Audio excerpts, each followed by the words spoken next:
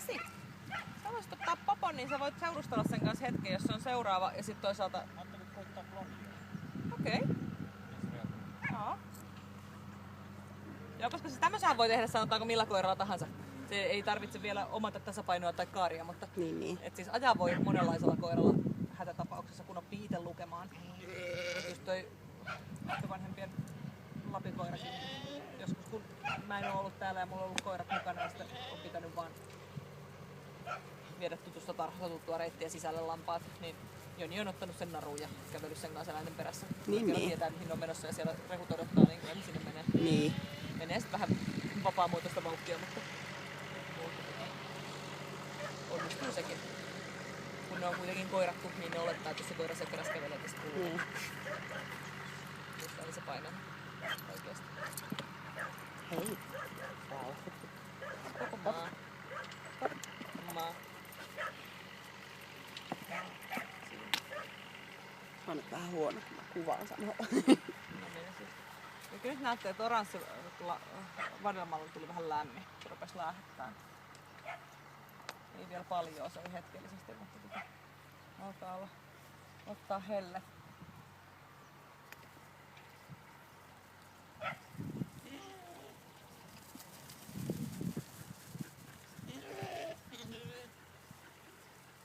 Joo, kierroksella oli hyvä tempo. Tuossa alas tullessa, tänne vetoon kohti tullessa nähtiin nostaa laukkaa, eli kokeilepa siinä ennakoida ja tulla kauemmas tähän keskelle. Joo, se on aika kivassa niin kuin tempossa ja tunnetilassa, että hän on ihan positiivisesti utelias.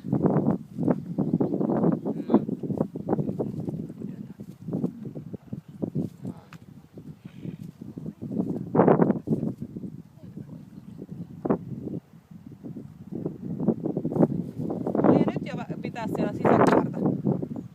Ihan pikkasen pitää kurkata oikealle, että se lähtee sieltä kääntymään, kun siinä on mutkatilanne. Ja nyt älä lähde sinne taakse, vaan tuu keskelle, keskelle. Hyvä, huomaatko? Just noin.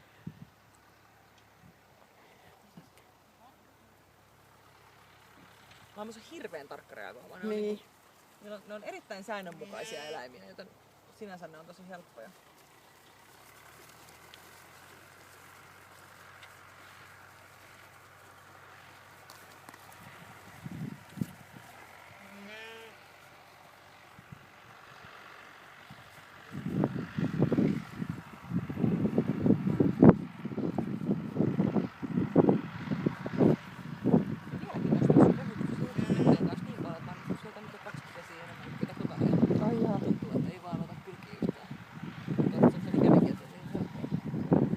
Kuinka vanha? 13.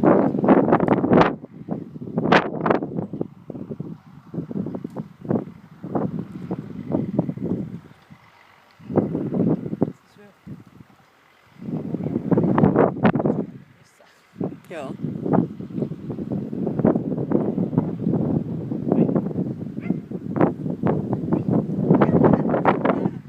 Juu, se mä katsoin, että tämän jälkeen tehdään vaihto. Vadelma sanoo, että hiki tulee, kun on villatakki päällä ja kauhea helle. Pitää kipittää.